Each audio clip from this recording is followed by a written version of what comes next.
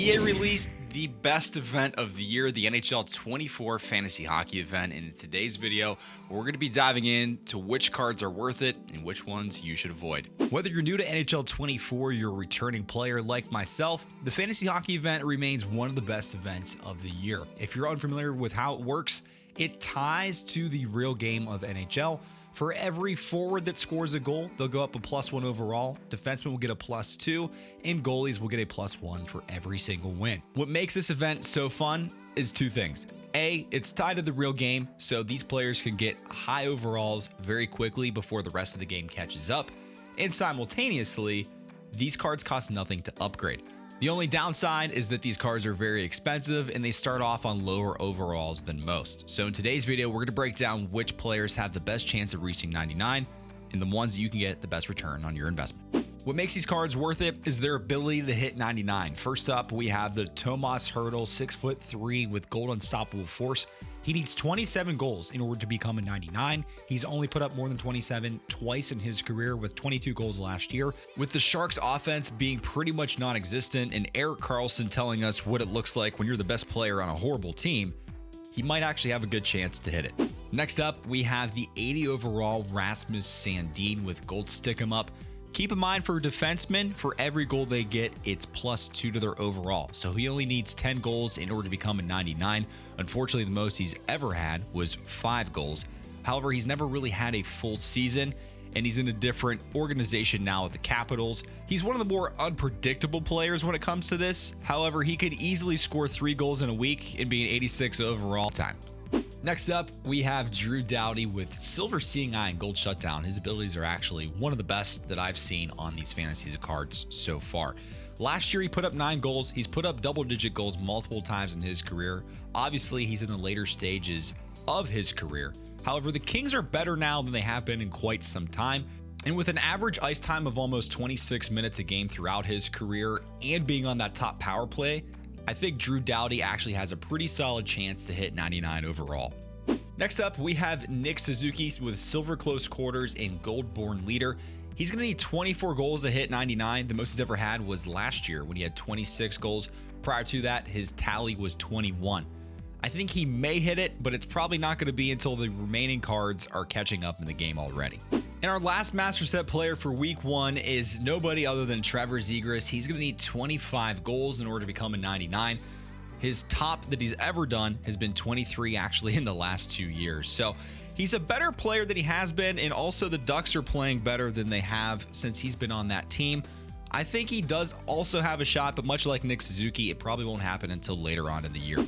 Lafreniere is up next. Now, he's had a fantasy card in the past. I don't know, though, man. He is such an unpredictable player. His career high is 19 goals, which would get him to a 97 overall in this circumstance. Hopefully this year, if he could turn it around, the Rangers remain to be a good team. I think he has a good shot, but again, he's one of those more unpredictable players. For me, at least, I'd probably would avoid. Next up, we have Alex Iafallo, the trade from the Kings to Winnipeg. He's actually on a hot streak. I've watched a few of their games this year. He already has 3 goals. His career high is 17, which will only get him to a 94 overall. He's going to need 22 in order to get there. However, it looks like he has more responsibility in Winnipeg, and his offensive game is hitting its stride. I think he has a good shot. He might be one of those players that surprises more people. I do like this card. I think if you could snag him for under 250 to 300,000 coins in the auction house, he may be a surprise to a lot of people. Next up, we have the 77 overall Lucas Raymond. In my opinion, he's one of the safer bets that will more likely than not hit a 99 overall. He did have a fantasy card in his rookie year, and that did hit a 99 where he had 23 goals. If he gets 22 goals this season, he'll hit a 99 again. However, I wouldn't anticipate it to be anywhere before March. Next up, we have Lino Marchini, and I really don't know anything about him, quite frankly. If we look at his stats, he does have the potential to become a 99 with 26 goals being his career high. However, he hasn't done that in quite some time, and quite frankly, with how small he is, even if he got to be a 99, I would probably still avoid this card. Next up, we have Pavel Zacha, the 6'4" center. Man, I would love for him to be 99 early on. I just don't know how likely it is. He has yet to find the back of the net yet this season. However, in Boston, there's been a lot of turnover at center with Bergeron and Krejci being gone. I've seen a couple of the Bruins games. He's actually been playing on the power play as well. If he could find the back of the net early and often, this card could be a sneaky one. I'm definitely going to have my eyes on him throughout the season. Another one that I'm keeping my eyes on is Sean Durzi. Now, don't ask me why. I've watched a lot of Coyotes. I actually think I've watched every Coyotes game this season. Sean Durzi has really stood out to me. He already has 2 goals so far this year. Now, he could potentially cool off. 9 goals is his career high. He's going to need 12 in order to become a 99 overall. But again, he's one of those players that if he can find the back of the net continuously here, he may be one of the best defensemen in the game in a very short amount of time. Next up, he is almost a lock for 99. Pending injury. He did have 10 goals last year by only playing half the season. And to become a 99 overall, he's going to need 14 goals. So in my opinion, he could fly through that. I hope he remains healthy. He should be a lock for 99 though, if he does. Dawson Mercer is one of those players that snuck up on a lot of people last year with 27 goals. If he does that again, obviously he'll be a 99 in no time. However, when I'm watching the Devils games this year, I haven't noticed him. He has yet to even tally a point. That should be able to turn around, and it looks like his time on ice is exactly averaging with what he had last year.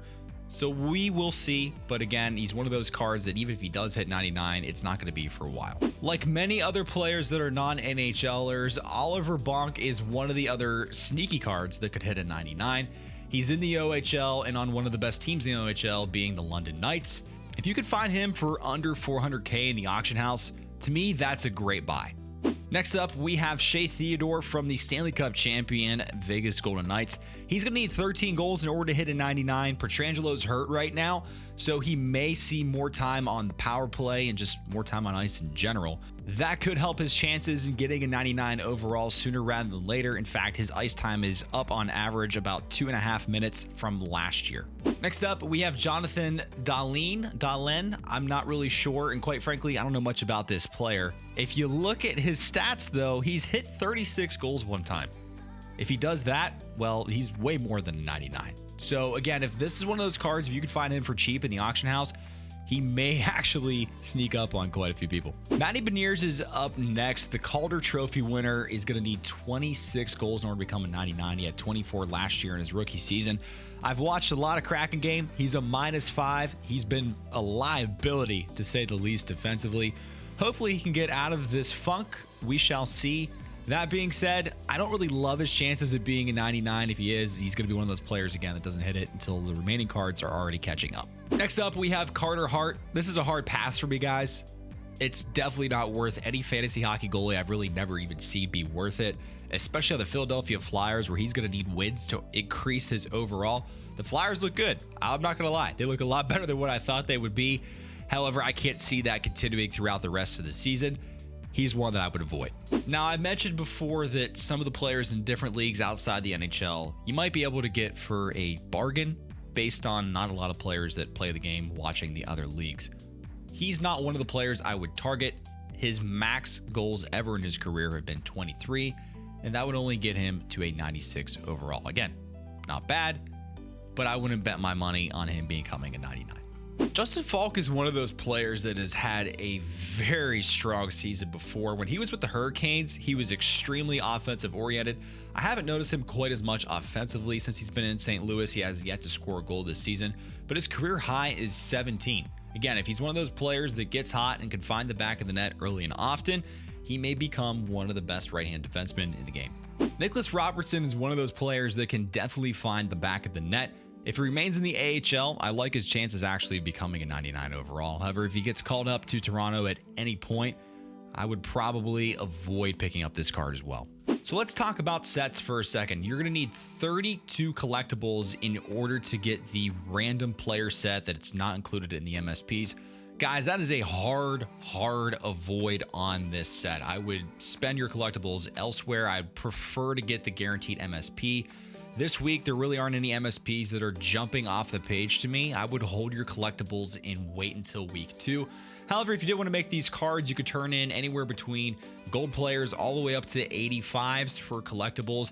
It's going to cost you an arm and a leg, right around 600,000 coins for the random set and about 650,000 coins for one of the MSP sets. However, you can get free collectibles up to 24 of them by simply completing the fantasy hockey objectives. Again, if I'm you, I'm holding my collectibles until week 2, unless of course you see one of these players that you want to make right now. That's it for me on this one, guys. Thank you so much for all of your support this year. If you love NHL 24 content, make sure you go ahead and click subscribe. Again, I'm Man Advantage, and I'll see you guys next time.